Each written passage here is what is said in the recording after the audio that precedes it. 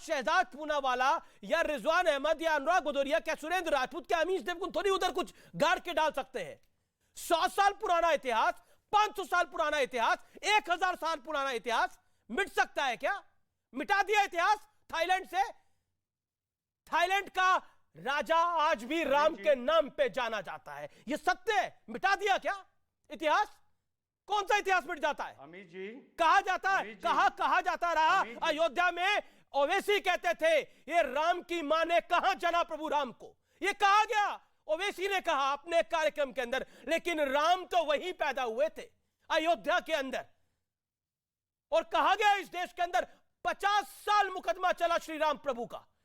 मर्यादा पुरुषोत्तम है, पूरी मर्यादा के साथ आज उनका मंदिर बन रहा है। इसलिए मुद्दे जरूरी हर होते हैं। अगर महंगाई का मुद्दा जरूरी है तो यह भी जरूरी है।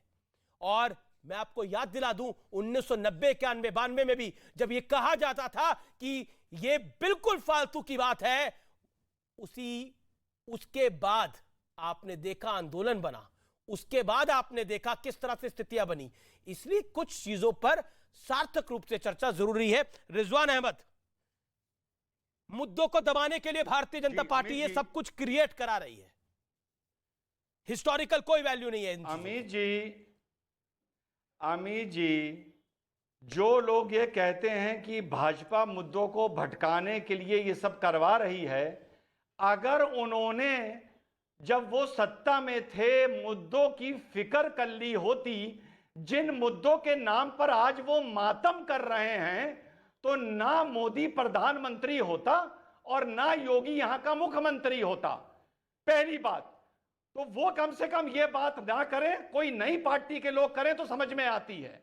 उन लोगों को झेल के ही मोदी और योगी यहां तक पहुंचे हैं, पहली बात। दूसरी बात, अमीश भाई, मैं बड़ा स्ट्रॉन्ग ऑब्जेक्शन आपके प्रोग्राम में ला रहा हूं। आपको वो नंगे और वो दंगे वाली बात बुरी लगी और शहजाद की, और आपके चैनल पर एक आदमी ने बैठकर, एक पाकिस्तानी ने बैठकर यह बोला है कि प्लेबिसाइड इस मारे नहीं हो पाया क्योंकि इंडियन आर्मी वहां से नहीं हटी।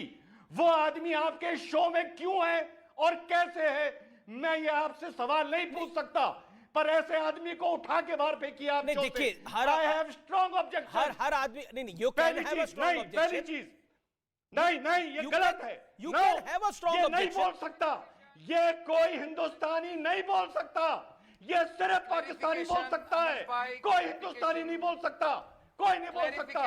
अमीश भाई, क्लैरिफिकेशन। नहीं, ओके, अरे चुप रहो, क्लैरिफिकेशन, चुप रहो।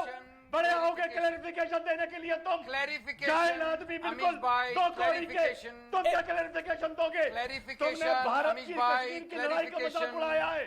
ठीक है, रिजवान लड़ाई का मजाक उड़ाया है।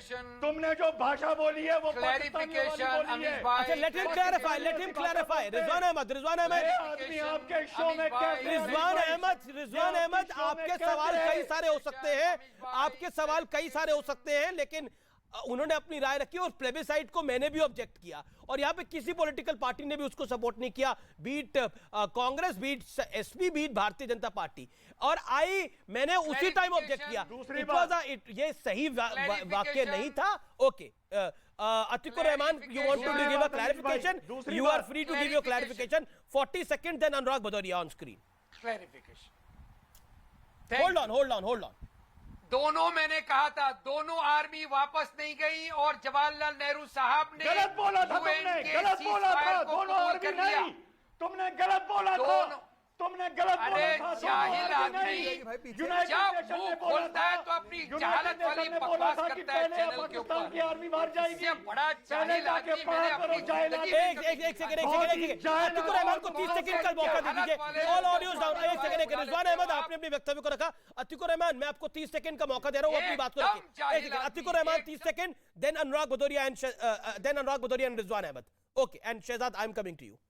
अतिकुर रहमान 30 सेकंड्स। अतिक, नहीं, ये जहालत वाली बात के ऊपर कैसे आप आधा 5 सेकंड सुनते हो, 5 सेकंड नहीं सुनते हो। मैंने दोनों कहा और आप कंडेम करने पे आमादा हो। दोनों आर्मी वापस नहीं की थी, प्लेबिसाइड इसलिए नहीं हो सका। ये बात समझ, क्या हिस्टोरिकल फैक्ट नहीं है? यूएन की पीस कीपिंग को किसने एक्सेप्ट किया, सीज फायर को? जवाहरलाल एक्सेप्ट किया? क्या ये हिस्टोरिकल एविडेंस नहीं है? और आप उसको तूल दे रहे हैं। अमीश जी, ठीक और है ये सिद्धार्थ जाहिल भैया, बोलते हैं, देखिए ये उन्होंने विषय नहीं है, और लेकिन उन्होंने प्लेबिसाइट पर इज नॉट द राइट इस थिंग। पे- इस पे बात बहुत जरूरी है। मैं आपको कान होता है ये खोल के, नाला एक के सेकंड पीछे अभी इनको वाला? बोलिए अतिक्रमण क्या ना करें। औकात है इसकी? अतिकुर रहमान, अतिक्रमण मत करो। ठीक है 10 सेकंड्स। कान खोल के सुन लो। जम्मू अरे कश्मीर भारतीय नहीं, जुमला इनको बोलिए, इनकी आवाज नीचे कीजिए। जुमलेबाजी मैं चाहता हूँ बंद कर। जनता ये कान खोल के हमारी बात सुन ले इस जुमलेबाजी विषय बंद पर। कर। आप जुमलेबाजी कान बंद खोल कर। के सुन लो। जम्मू जो कश्मीर भारत का पाकिस्तान के अभिन्न अंदर अंग जो है, आपने और जो किया, पाकिस्तान के आज पास कर हमारा रहे हो, जम्मू यहाँ पर कश्मीर भारत अवैध के रूप अंदर से है, उस जो पर कोई जो प्लेबिसाइट की के बात नहीं। पाकिस्तान उस पर केवल को तारीख बनाया होगी कि क्या वो लगता है? हमारे पास वो कब आएगा। बीजेपी तो बनाना कान चाहती खोल है। के सुन लीजिए। चाहे अधीर रंजन चौधरी बोले ये बायलैटरल मामला है, चाहे कोई यूनाइटेड नेशंस जाकर बोल दे कि ये प्लेबिसाइट करवाना है, या चाहे कांग्रेस पार्टी बार बार पाकिस्तान के खेमे में जाकर इसकी तरफदारी करते रहे। कान खोल के सुन लो, वो अभिन्न अंग है। परंतु देखिए दुर्भाग्यपूर्ण बात, एक हिंदुओं को नंगा कहता है और उसका क्लैरिफिकेशन देना चाहता है, एक पाकिस्तान के हाथ में प्लेबिसाइट करके कश्मीर देना चाहता है, उसका क्लैरिफिकेशन देने वाली मंडली है। ये आज इस पैनल ठीक है, पर इस प्रकार के लोग बैठे हैं कि हिंदुओं को नंगा कहते हैं अनुराग और भदौरिया। देश का अभिन्न अंग जो है वो प्लेबिसाइट करवा के पाकिस्तान को देना चाहते हैं। अनुराग भदौरिया, जब अयोध्या का आंदोलन चला, जब श्री रामलला का राम मंदिर बनाने के लिए आंदोलन चला, तो सपा इसका मूलतः विरोध करती थी। अब ज्ञानवापी मस्जिद में जो श्रृंगार गौरी की पूजा के लिए याचिका के बाद सर्वे का आदेश आया, उसके बाद वहां वीडियोग्राफी नहीं आई। मैं आपसे आज काफी देर से पूछ रहा हूं, उस पर आपका स्टैंड क्या है? क्या आपको लगता है जिन्होंने वहां अच्छा, मुझे 40 वीडियोग्राफी सेकंड- नहीं होने दी, उन्होंने अरे देश भाई। विरोधी काम किया है? हो गया, अब मैं बोल लूं? जी। देखिए, सबसे पहले तो प्रभु राम की बात आपने की, तो प्रभु राम को, राम में रम बोलने वाले को भारतीय जनता पार्टी आरती उतारती है। नरेश आओ अग्रवाल। साहब, आओ बीजेपी में आओ। आप रम को राम में बता रहे हो, इसलिए आपको बीजेपी में आओ, और आपके पुत्र को रम का मंत्री भी बना देंगे। उनके पुत्र को रम का मंत्री भी बना दिया उत्तर प्रदेश के अंदर में, और ताली और थाली से स्वागत करके पार्टी में।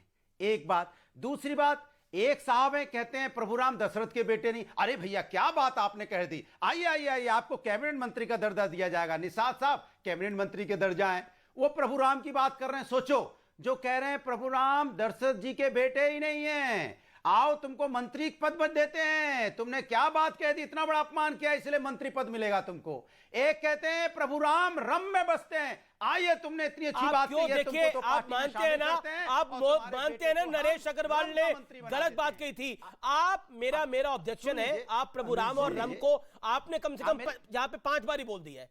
नरेश अग्रवाल ने अगर गलत बात बोली तो आप उसको बार अब बार मैं रिपीट बोलूं? क्यों कर रहे हो? नहीं, मैं तो एक अब सेकंड। मैं बोलूं?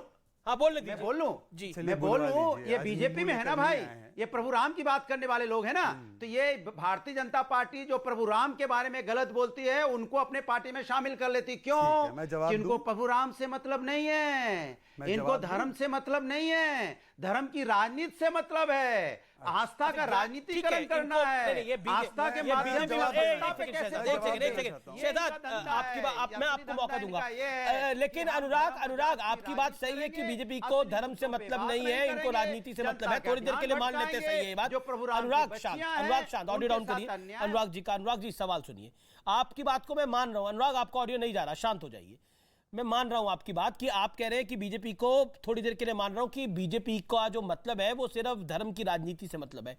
अब आप मुझे बताइए कि आप सपा तो धर्म की राजनीति बिल्कुल नहीं करती, जैसा आप जानते हैं। तो ज्ञानवापी मस्जिद में जिन लोगों ने वीडियोग्राफी नहीं होने दी, उनको गलत कहने में आपको दिक्कत क्या है? और आप मानते हैं वीडियोग्राफी होनी चाहिए? मैं कह रहा हूं कि यू आर, आपका ध्येय उनकी तरफ है, वीडियोग्राफी की तरफ। अरे सुन तो लो भाई, अपने डिसीजन खुद ही दे दोगे क्या?